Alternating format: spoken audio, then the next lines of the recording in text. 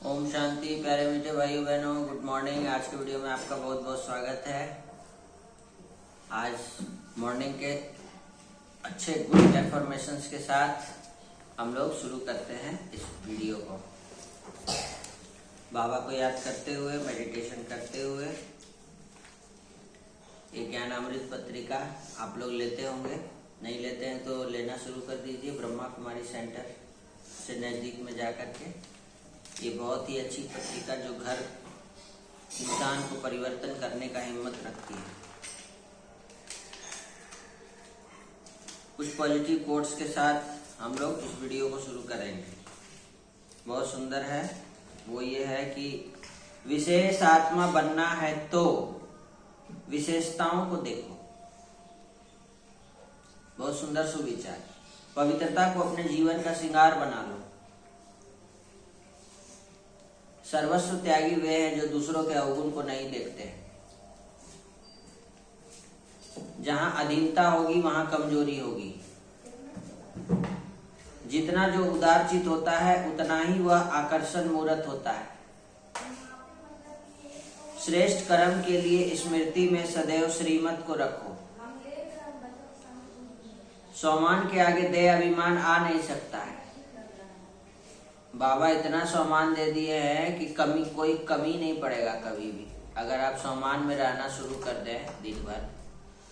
और राजयोग स्मृति को तीक्ष्ण बनाने की कहानी है। एक बहुत सुंदर कहानी पहले छोटी सी लेंगे। राजयोग, कभी कभी जीवन की दौड़ में हम भूल जाते हैं कि मन ही सबसे बड़ा साधन है। धन है, स्मृति और एकाग्रता ही वह दीपक है जो ज्ञान की राह को प्रकाशित करते हैं। ब्रह्मा कुमारी इसका राजयोग ध्यान इस दीपक में तेल भरने का कार्य करता है। दीपक में तेल नहीं होगा तो चलेगा? जलेगा। मम्मी जब घी डालती है तभी तो दीपक जलता है। तो आइए इस कहानी से समझें। आरव एक छात्र था, स्टूडेंट, पढ़ाई में अच्छा था, पर परीक्षा के समय उसकी सबसे बड़ी समस्या थी ध्यान भटकना और याददाश्त कमजोर होना। जो भी याद करता था सब भूल जाता था और उसका ध्यान भटकते रहता था। किताब खोलते ही मन कभी मोबाइल की ओर भागता, कभी दोस्तों की बातें याद आती, कभी मोबाइल उठा करके चैटिंग शुरू कर देता, कभी वीडियो देखना शुरू कर देता, कभी कुछ खाना शुरू कर देता। पढ़ाई पर कंसंट्रेट नहीं कर पाता था। एक दिन उसकी माँ ने उसे स्थानीय ब्रह्मा कुमारी सेंटर का लोकल सेंटर राजयोग शिविर अटेंड करने के लिए भेजा। वहाँ राजयोग का शिविर चल रहा था, राजयोग 7 डेज कोर्स। वहाँ एक बहन ने उसे समझाया, भाई मन को स्थिर करना ही राजयोग है। जब मन स्थिर होगा तो स्मृति स्वतः तीक्ष्ण हो जाएगी, बुद्धिमान बन जाएंगे आप। इसीलिए बाबा बोलते हैं सम्मान लिखो, यह सम्मान का अभ्यास करो। मैं बुद्धिमान आत्मा हूं। I am peaceful soul, intelligent soul. तो मन को स्थिर करो, यही राजयोग है। मन स्थिर होगा तो अपने आप बुद्धि क्या होगा? तेज होगा। सारा याद तुरंत हो जाएगा और एग्जाम में अच्छे से लिखेंगे, एग्जाम में नंबर अच्छे आए। तो आरव ने सीख लिया। ध्यान का अर्थ है स्वयं को आत्मा मानकर परमात्मा से जुड़ना। सुबह 15 मिनट उसने शांति के विचारों पर ध्यान लगाया। 15 मिनट सुबह मेडिटेशन करना शुरू कर दिया आरव, और रात को सोते समय 15 मिनट। पढ़ाई से पहले वह मन ही मन कहता, क्या कहता? कि मैं आत्मा हूं, मेरा मन शांत है, एकाग्र है। मैं आत्मा हूं, मेरा मन शांत है, एकाग्र है। धीरे धीरे उसने पाया कि जो अध्याय पहले घंटों में याद होते थे, 1 घंटा लग जाता था याद करने में, अब आधे समय में ही क्या होता है? आरव को सब याद हो जाता है, फिर कभी भूलता ही नहीं है।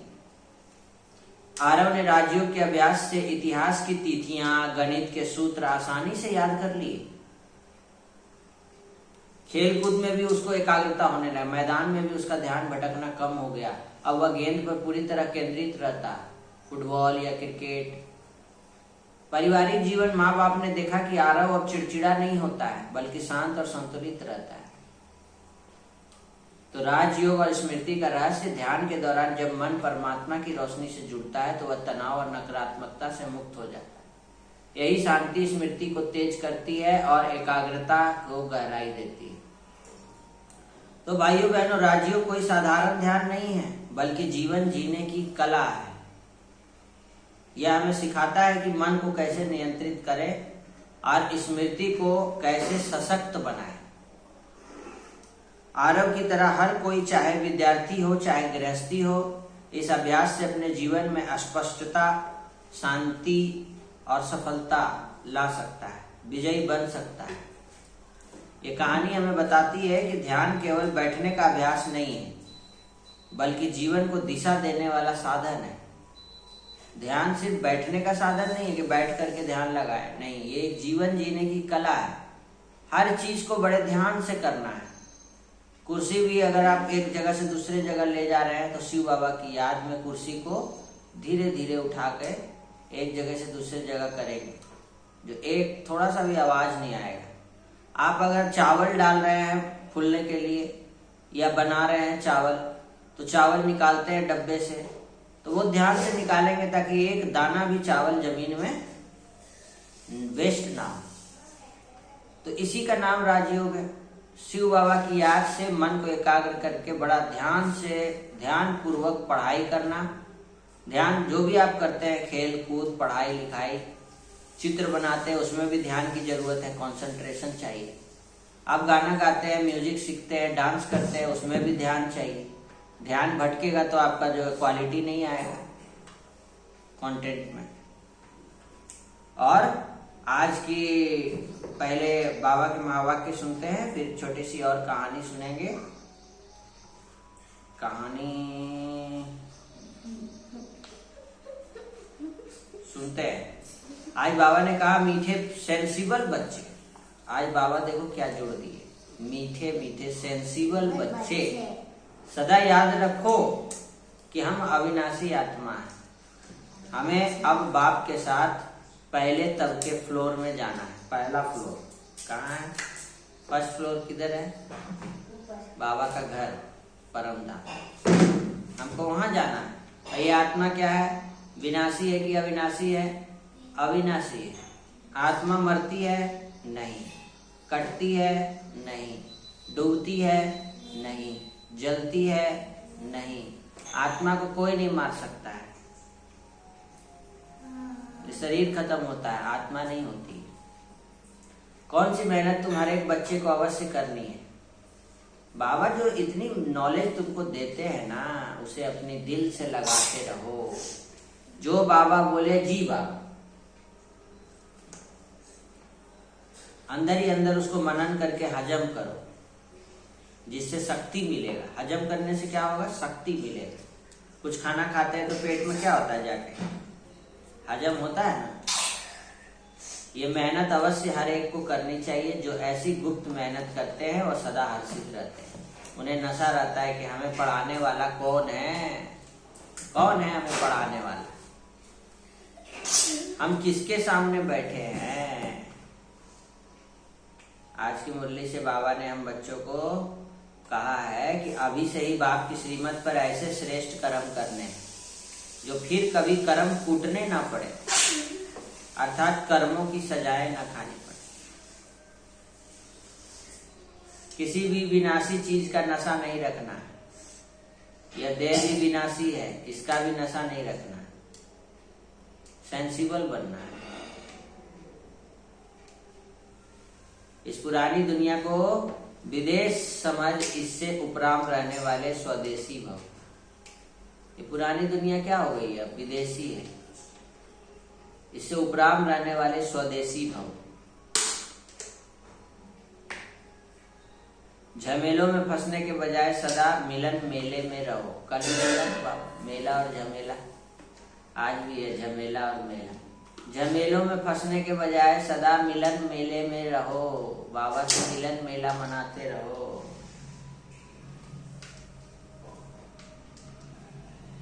सदा हर्षित रहने के लिए क्या करना पड़ता है? नेचर को सरल बनाओ, सहनशील बनो। होली हंस की विशेषता यही है। बगुला बनना है कि हंस? सरल चित, सरल वाणी, सरल वृत्ति, सरल दृष्टि, सब कुछ सरल। बाप दादा को सबसे प्रिय, सबसे समीप, साफ दिल प्यार वाले प्यार है। साफ दिल सदा बाप दादा के दिल तक नसीन, सर्वश्रेष्ठ संकल्प पूर्ण होने के कारण वृत्ति में, दृष्टि में, बोल में, संबंध संपर्क में सरल और स्पष्ट एक समान दिखाई देते हैं। बाप दादा के दिल तक होते हैं, जैसे हनुमान जी, सरल बुद्धि, कंफ्यूज्ड बुद्धि नहीं, सरल बुद्धि। संस्कारों को भी क्या बनाओ? सरल बनाओ, सिंपल बनाओ। कोई भी चीज को सरल तरीके से बताओ ताकि किसी को समझ में आ जाए, ऐसा होता है। तो आज की कहानी, आज की स्वदेशी रहने का सामान बाबा दिया है ना। पुरानी दुनिया विदेशी, नई दुनिया स्वदेशी। चलिए आज की कहानी ले लेते हैं, आज ही सुनते हैं, बहुत कुछ सीखने मिलेगा। मनुष्य के पास सब कुछ है फिर भी दुखी है, रोगी क्यों है, अशांत क्यों है? कहते हैं एक बार माता पार्वती ने कैलाश पर्वत पर विराजमान भगवान शिव से पूछा, हे प्रभु, मनुष्य को आपने बुद्धि दी, परिश्रम करने की शक्ति दिया, अवसर दिए, फिर भी अनेक लोग जीवन भर गरीबी, अभाव और दुख में क्यों जीते हैं? आखिर वह कौन सा रहस्य है जिसे जान लेने के बाद मनुष्य कभी निर्धन नहीं रहता है? माता पार्वती के इस प्रश्न को सुनकर महादेव मंद मंद मुस्कुराए और बोले, देवी, गरीबी केवल धन की कमी का नाम नहीं है। वास्तविक गरीबी मनुष्यों के विचारों, साहस और निर्णयों में होती है। आज मैं तुम्हें ऐसी कथा सुनाता हूँ जिसमें जीवन को बदल देने के 5 रहस्य छिपे हुए हैं। बहुत समय पहले एक नगर में एक अत्यंत गरीब स्त्री रहती थी। उसके 6 पुत्र थे और उसका जीवन अभावों से भरा हुआ था। वह प्रतिदिन अपने पुत्रों के साथ एक साहूकार के यहाँ मजदूरी करती थी। दिन भर कठोर परिश्रम करने के बदले उसे केवल थोड़े से जौ मिलते थे। उन्हीं जौ को पीसकर वह अपने परिवार के लिए भोजन बनाती थी, लेकिन भोजन इतना कम होता था कि किसी का पेट ठीक से नहीं भरता था। गरीबी इतनी थी कि घर की छत टूटी हुई थी, बिस्तर फटे हुए थे और जीवन में आशा का कोई प्रकाश दिखाई नहीं देता था। एक दिन उसकी पड़ोस में रहने वाली एक वृद्ध महिला ने उससे कहा, बेटी, तुम्हारे बड़े पुत्र का विवाह हो चुका है, अपनी बहू को घर क्यों नहीं बुला लेती? शायद घर की स्थिति कुछ सुधर जाए। यह सुनकर गरीब स्त्री दुखी स्वर में बोली, माता, हमारे पास इतना भी नहीं है कि बहू को सम्मान पूर्वक रख सके। घर में न भोजन है, न वस्त्र है, न ही रहने का योग्य स्थान है। वृद्धा ने उसकी बात सुनी और दया से भर गई। उसने अपने पुत्र के वस्त्र उस स्त्री को दे दिए और कहा, इन वस्त्रों को अपने बेटे को पहना दो और उसे अपनी पत्नी को लेने भेज दो। कुछ दिनों बाद बहू अपने ससुराल पहुंची, लेकिन जब उसने घर की हालत देखी तो उसकी आंखों में आंसू आ गए। घर में गंदगी फैली हुई थी, कई चूल्हे बने हुए थे, बर्तन इधर उधर पड़े थे और अव्यवस्था का साम्राज्य था। वह कुछ देर रोई, फिर स्वयं को संभालते हुए बोली, रोने से कुछ नहीं बदलेगा। यदि भाग्य खराब है तो उसे परिश्रम और बुद्धि से बदलना होगा। अगले ही दिन उसने घर की पूरी व्यवस्था बदल डाली। कई चूल्हों को हटाकर केवल एक चूल्हा रखा, बर्तनों को व्यवस्थित किया, घर की सफाई कर दी और सबको एक साथ भोजन कराने की व्यवस्था बनाई। कुछ ही दिनों में उजड़ा हुआ घर बदलने लगा। भगवान शिव ने माता पार्वती से कहा, देवी, यही पहला रहस्य है। जहाँ व्यवस्था होती है वहाँ लक्ष्मी स्वयं निवास करती है। अव्यवस्था हमेशा गरीबी को जन्म देती है। कुछ समय बाद बहू ने अपनी सास से कहा, माँ जी, साहूकार से अधिक मजदूरी मांगिए। सास भयभीत हो गई। वह बोली, अगर उसने क्रोधित होकर काम से निकाल दिया तो? वह मुस्कुराकर बोली, डर ही मनुष्य का सबसे बड़ा शत्रु है। जिसने मांगना नहीं सीखा उसे कभी कहीं अधिक नहीं मिलता। अगले दिन सास ने साहूकार से अधिक अनाज मांगा और आश्चर्य की बात यह हुई कि साहूकार ने उसकी मांग स्वीकार कर ली। महादेव बोले कि देवी, यह दूसरा रहस्य है। भय मनुष्य को अवसरों से दूर कर देता है। जो अपने अधिकार के लिए विनम्रता से आवाज उठाता है उसके लिए नए द्वार खुलते हैं। कुछ समय बाद बहू ने कहा कि माँ जी, केवल अधिक मजदूरी से जीवन नहीं बदलेगा, हमें बचत भी करनी होगी। उसने अनाज का एक भाग अलग रखना शुरू कर दिया। धीरे धीरे घर में अन्न का भंडार भरने लगा। भगवान शिव ने कहा कि यह तीसरा रहस्य है। जो व्यक्ति अपने आय का कुछ भाग बचाता है वही भविष्य में संकटों से बच पाता है। दिन बीतते गए। बहू ने परिवार के सभी सदस्यों को अलग अलग कार्य सौंप दिए। कोई खेत में काम करता, कोई पशुओं की देखभाल करता, कोई बाजार जाकर वस्तुएं बेचता। अब परिवार केवल मजदूरी पर निर्भर नहीं था, उसकी आय के कई स्रोत बन गए थे। महादेव बोले कि यह चौथा रहस्य है।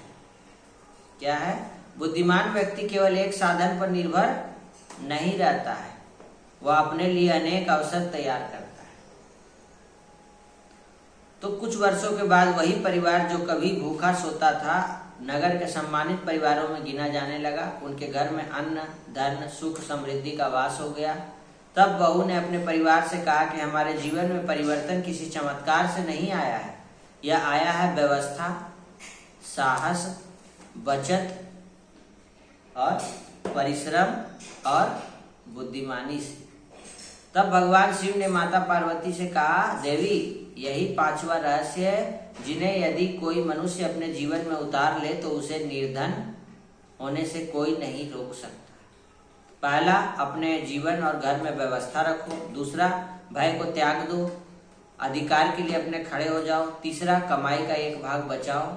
चौथा, परिश्रम और सीखने की आदत कभी मत छोड़ो। और क्या था पांचवा? एक ही साधन पर निर्भर मत रहिए, नए अवसर खोजते रहिए। महादेव आगे बोले कि धन केवल भाग्य से नहीं आता है, धन उस व्यक्ति के पास आता है जो अपने विचारों को बदलता है, अपने भय को हराता है और अपने कर्मों को सही दिशा देता है।